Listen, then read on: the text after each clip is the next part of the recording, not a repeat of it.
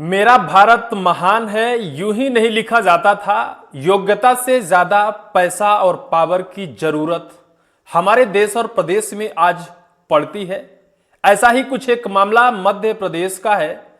मध्य प्रदेश के मुख्यमंत्री मोहन यादव की अगुवाई में मध्य प्रदेश तरक्की की दिशा में आगे बढ़ रहा है, शिक्षा की ओर लगातार अग्रसर हो रहा है। लेकिन जिस घर की नींव झूठ की बुनियाद पर बनी हो उसका भविष्य कितना होगा, यह तो मध्य प्रदेश के मुख्यमंत्री मोहन यादव ही बता पाएंगे।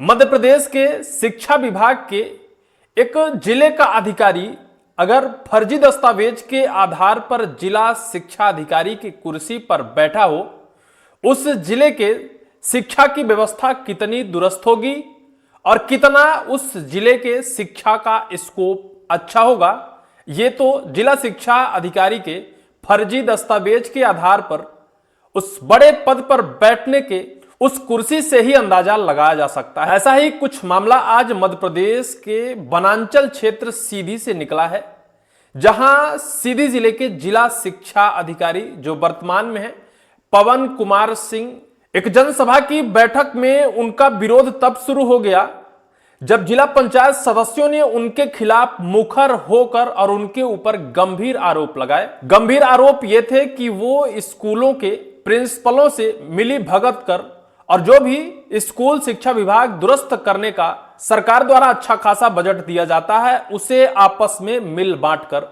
डकार जाते हैं। यह खुला चैलेंज था। बाकायदा जिला पंचायत कार्यालय में बाकायदा सबकी बैठक बुलाई गई थी। जिला पंचायत के सभी सदस्य उपलब्ध थे, जिला पंचायत सीईओ उपलब्ध थे और वहां जिला शिक्षा अधिकारी पवन कुमार सिंह भी बैठे होते हैं। उनके सामने ही उनके ऊपर गंभीर आरोप लगाए जाते हैं। ये आरोप मैं बताऊंगा, लेकिन उससे पहले मैंने जिस तरह से कहा है कि जिस घर की नींव झूठ की बुनियाद पर बनी हो वो कितना सच होगा और कितना उस जिले का विकास, कितना उस प्रदेश का विकास कर पाएगा।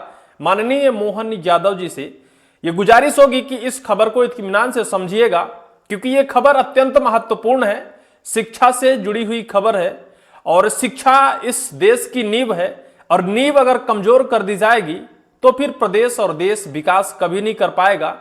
लाखों लाख जनता का विश्वास एक जिले में है, लेकिन एक जिले का जिला शिक्षा अधिकारी के ऊपर गंभीर आरोप लगे हैं कि फर्जी दस्तावेज के आधार पर वो जिला शिक्षा अधिकारी बने हैं।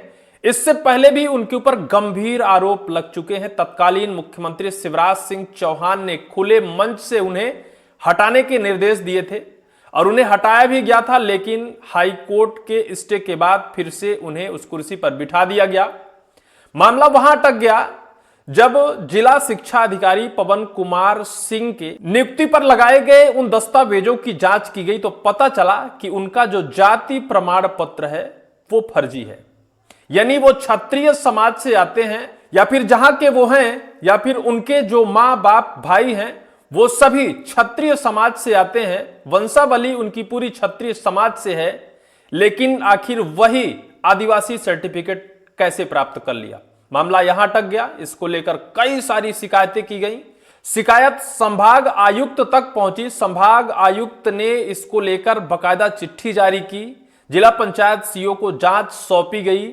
4-4, 3-3 जिला पंचायत सीईओ बदल गए, लेकिन जांच पूरी नहीं हो सकी।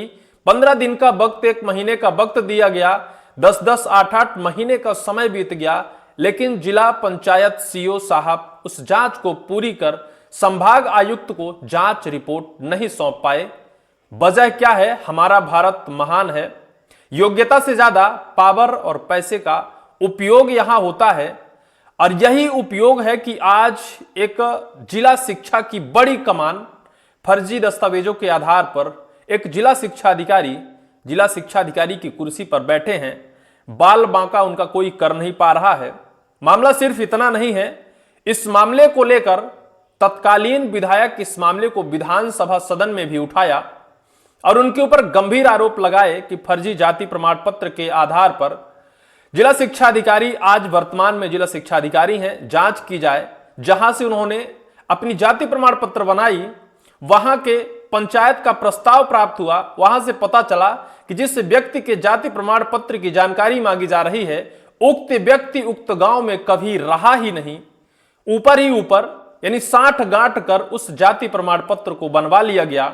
जब पंचायत का प्रस्ताव प्राप्त हुआ, सारी चीज सारे सबूत चीख चीख कर कहने लगे कि फर्जी दस्तावेज के आधार पर जिला शिक्षा अधिकारी यानी डीईओ साहब कुर्सी पर बैठे हैं। जांच कौन करेगा? जांच को लेकर संभाग आयुक्त को ज्ञापन दिया गया। संभाग आयुक्त तक जांच गई। मैं आपको चिट्ठी दिखाता हूं। संभाग आयुक्त तात्कालीन जो थे, उन्होंने जांच के लिए चिट्ठी भी जारी की। जांच वहां से चली भी, चिट्ठी भी चली, लेकिन जांच नहीं हो सकी। जांच अब तक अधर में लटकी हुई है। आपके मोबाइल पर चल रहा होगा, कार्यालय कमिश्नर रीवा संभाग मध्य प्रदेश श्री पवन कुमार सिंह निलंबित, प्रभारी जिला शिक्षा अधिकारी जिला सीधी, कार्यालय मुख्यालय संयुक्त संचालनालय लोक शिक्षण रीवा संभाग, विभागीय जांच हेतु आरोप पत्रित का प्रदाय किए जाने बाबत संयुक्त संचालनालय लोक शिक्षण रीवा संभाग। बकायदा उन्होंने 12 से 13 बिंदुओं को लिखकर और जांच का आदेश दिया। जिला पंचायत सीओ साहब को बकायदा इसकी कमान मिली, लेकिन जांच अब तक नहीं हो सकी। अब भी माननीय जिला शिक्षा अधिकारी पवन कुमार सिंह अपनी कुर्सी पर विराजमान है, क्योंकि उनके ऊपर जो पावर और पैसे का इस्तेमाल है भरपूर होता है। इससे पहले अभी हाल ही में सीधी जिले के प्रभारी दिलीप जायसवाल, प्रभारी मंत्री के सामने भी कुछ लोगों ने शिकायत लेकर पहुंचे थे कि पवन कुमार सिंह के ऊपर लाखों रुपए रिश्वत लेने का आरोप है, लाखों रुपए डकार जाने का आरोप है। लेकिन प्रभारी मंत्री ने कहा कि मैं डायरेक्ट जनता की शिकायत नहीं सुनता हूं, विधायक सांसद अगर शिकायत करेंगे तो मैं उस पर बात करूंगा। उन्होंने इस बात को बाकायदा मीडिया के सामने कही थी। इसको लेकर अब सीधी जिले के जो जिला पंचायत सदस्य हैं वो मुखर हो गए हैं, क्योंकि बैठक में जिला पंचायत सामान्य सभा और सामान्य प्रशासन समिति की बैठक में बाकायदा मुखर होकर आरोप लगाया है। ये दैनिक भास्कर की खबर आप देखिए। डीओ पर प्राचार्य से मिलकर मेंटेनेंस राशि हड़पने का आरोप, जिला पंचायत सदस्य कृष्णलाल पयासी ने लगाए गंभीर आरोप। सीधी जिला पंचायत की सामान्य सभा और सामान्य प्रशासन समिति की बैठक गुरुवार को उस समय गर्मा गई जब जिला पंचायत सदस्य कृष्णलाल पयासी ने शिक्षा विभाग के भ्रष्टाचार पर गंभीर आरोप लगाए। बैठक में जमकर बहस और नाराजगी देखने को मिली। डीओ और प्राचार्य पर लगे गड़बड़ी के आरोप। कृष्णलाल पयासी ने आरोप लगाया कि जिला शिक्षा अधिकारी ने कुछ प्राचार्यों के साथ मिलकर स्कूल की मेंटेनेंस राशि में गड़बड़ी की है। उन्होंने कहा कि विकास कार्यों के नाम पर आने वाली राशि का गलत उपयोग किया गया है। बकायदा इसका वीडियो भी आप देख रहे होंगे, सोशल मीडिया में वायरल हो रहा है। अन्य सदस्यों ने भी नाराजगी जताई। बैठक में मौजूद अन्य सदस्यों ने भी मुद्दे का समर्थन किया और जिला शिक्षा अधिकारी द्वारा दी गई जानकारी को अस्पष्ट बताया। सदस्यों ने मांग की कि पूरे मामले की निष्पक्ष जांच होनी चाहिए। निष्पक्ष जांच कितनी होगी, क्या होगी, कैसे होगी, कौन करेगा? अगर इतना बड़ा आरोप जाति प्रमाण पत्र के आधार पर कोई जिला शिक्षा अधिकारी बन जाता है और उसकी शिकायत विधानसभा सदन तक होती है, संभाग आयुक्त तक होती है, जांच पूरी नहीं हो पाती है, अगर इतना बड़ा किसी के ऊपर बरदहस्त प्राप्त हो तो ये छोटी मोटी गड़बड़ियों की आखिर जांच कैसे होगी, कौन करेगा, शिकायत कौन करेगा? ये पत्रिका की खबर देखिए। डीओ की जाति प्रमाण पत्र का मामला पहुंचा हाईकोर्ट। डीओ के फर्जी जाति प्रमाण पत्र मामले में हीला हवाली, ये सारी खबरें, सारा मामला, सारा मैटर उपलब्ध है। लेकिन जिला शिक्षा अधिकारी का कोई बाल बांका नहीं बिगाड़ रहा है। किनका बरदहस्त उनके ऊपर है? आखिर सवाल यह खड़ा होता है कि ननिहाल बच्चों का जो भविष्य है वो कैसे सफल होगा, कैसे सक्सेस होगा, क्योंकि इन्हीं के जिम्मे पर है जिनके ऊपर इतने गंभीर आरोप लगे हैं कि फर्जी दस्तावेज के आधार पर ये जिला शिक्षा अधिकारी बने हैं।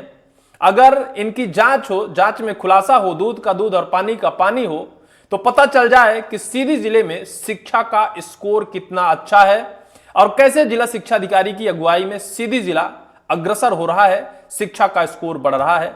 बहरहाल इस पूरे मामले को लेकर आपको क्या जानकारी है, आप कमेंट सेक्शन पर कमेंट कर जरूर करिएगा।